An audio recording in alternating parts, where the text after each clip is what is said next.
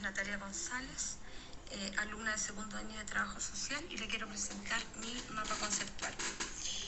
Algunos conceptos importantes: tenemos el concepto de psicopatología, que etimológicamente la psicopatología es la psique que sufre o que está enferma. La psicopatología está definida como la desviación, anormalidad, que hacen referencia a conceptos estadísticos que son observables y medibles. Tenemos el trastorno, por otra parte, que se asimila con desequilibrio o ruptura. Es una patología de enfermedad, que sería la desviación indeseable o peligrosa de la enfermedad.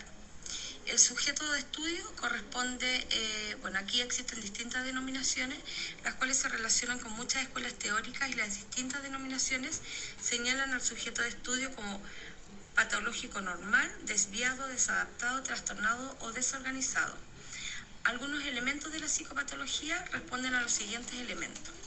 Es una ciencia que estudia la mente y las conductas humanas en sus aspectos normales o desviados. Es una ciencia que se encuentra a la base de la psicología clínica y la psiquiatría. Posee una doble aportación, que son aumentar los conocimientos básicos del comportamiento humano y guía la práctica clínica. Y por último, la psicopatología presenta la investigación como su hito principal. ¿Qué es lo normal y la anormalidad? En este concepto no existe una definición clara, ya que dentro de la psicopatología existe una diversidad de enfoques y cada uno de ellos defiende sus criterios específicos. Tenemos los modelos teóricos de la psicopatología. Aquí, si bien la psicopatología tiene diferentes modelos teóricos, las cuales intentan explicar la conducta normal, guiar la investigación, interpretar los resultados, marcar variables sobre los cuales podemos intervenir. Entre ellos tenemos el modelo biológico, el modelo psicodinámico, el modelo humanista, el modelo conductual y el modelo cognitivo. A continuación le quiero presentar los trastornos de ánimo, ansiedad y obsesivos. ¿Qué es la ansiedad? Algunos ejemplos: es un estado emocional de agitación e inquietud, percibido como desagradable o displacentero.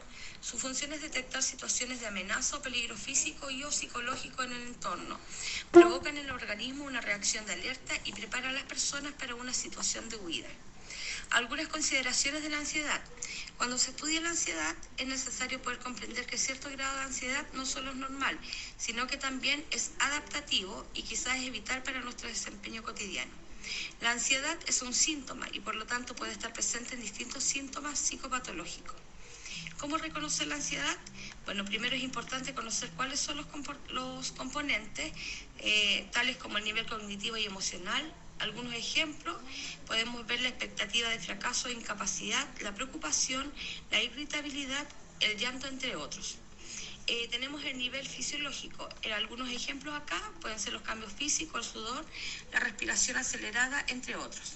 Tenemos también el nivel conductual, que es la conducta observable, el enfrentamiento, entre otros. Tenemos el concepto de miedo.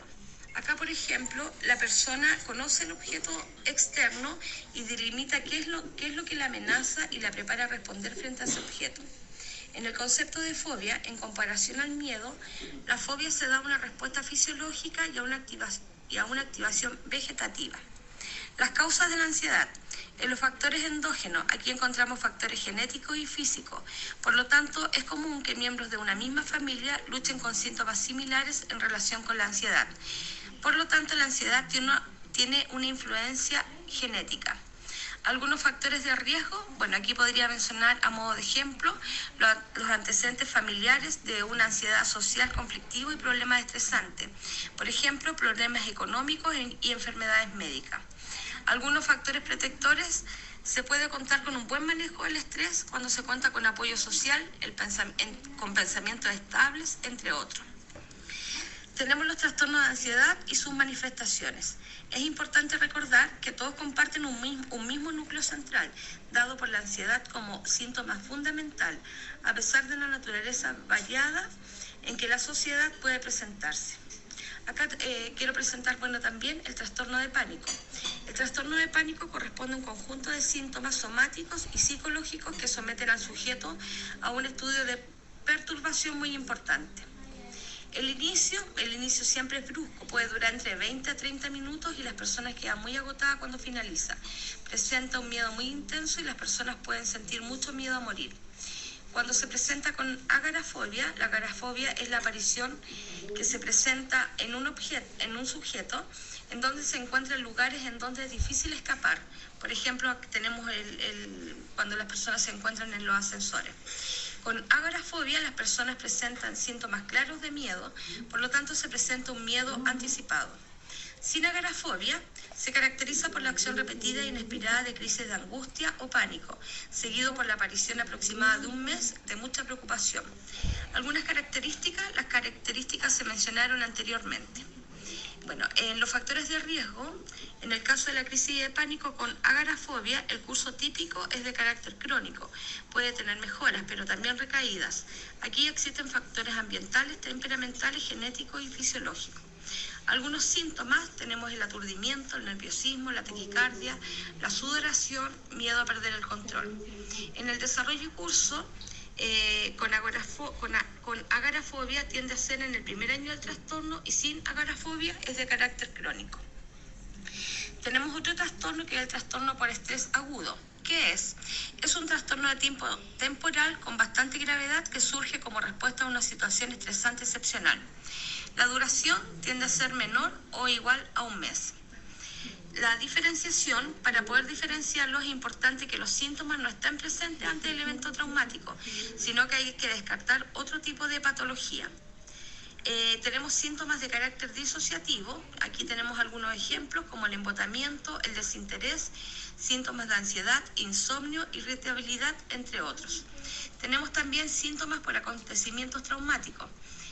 La situación estresante puede ser un acontecimiento traumático y muy impactante, como la muerte de un familiar, algún terremoto, alguna pérdida súbita de alguien, entre otros. El siguiente trastorno es el trastorno por estrés postraumático.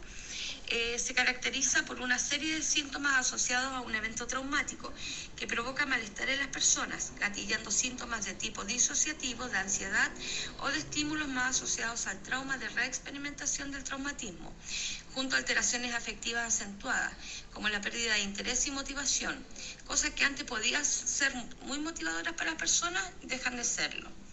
El curso y el pronóstico, los síntomas comienzan a aparecer durante los 3 primeros meses posteriores al evento traumático, si bien en algunos casos puede ser de meses o años. Los síntomas de tipo disociativo podemos nombrar aquí el malestar, la ansiedad o estímulo asociado al trauma, reexperimentación del evento traumático y alteraciones afectivas. En la diferenciación, bueno, acá se debe diferenciar de un trastorno psicótico breve, de un trastorno disociativo, de un trastorno afectivo y de un trastorno adaptativo. Debe ser diagnosticado caso a caso para saber cuál es el trastorno primordial. Tenemos también el trastorno por ansiedad generalizada. Algunas características. La preocupación constante que viven las personas, que pueden ser sobre circunstancias vitales o cotidianas muy diferentes, tales como la salud, la familia, las causas económicas, el trabajo e hijos, entre otras. El curso y pronóstico, el curso tiende a ser crónico, pero es fluctuante, con frecuencia con agravamientos que coinciden con épocas en donde las personas presentan situaciones de estrés. Los síntomas, algunos son tensión motriz, hiperactivación, vigilancia y alerta. Los síntomas depresivos también son frecuentes y aparecen síntomas tales como temblores, fatiga, boca seca, trastornos gástricos, entre otros. El diagnóstico diferencial, es muy importante tener un buen pronóstico diferenciado, ya que es frecuente tener errores al momento de diagnosticar este trastorno. Por lo tanto, se debe diferenciar del trastorno de pánico, de la fobia social, del trastorno obsesivo-compulsivo, entre otros. A modo de conclusión, estimado docente, la psicopatología sin duda ha aportado en lo personal como futura trabajadora social, aporta mucho conocimiento, ya que muchas veces nos vamos a tener que ver envueltos a atender personas con distintos trastornos. Si bien no somos psiquiatras, lo nuestro es la intervención social, es muy importante tener claro cuáles son los trastornos existentes, ya que nos permiten derivar a los pacientes a otro tipo de profesionales, como lo pueden ser los psicólogos y los psiquiatras. Desde este punto también poder entender que existe el manual de diagnóstico, que es el DSM-5, la cual es una guía que nos muestra cómo diagnosticar a los pacientes. Para nosotros sin duda es fundamental en nuestro proceso de aprendizaje. Espero que que mi mapa se haya entendido bien, estimado profesor. Agradezco su tiempo, que tenga muy buenas noches. Hasta luego.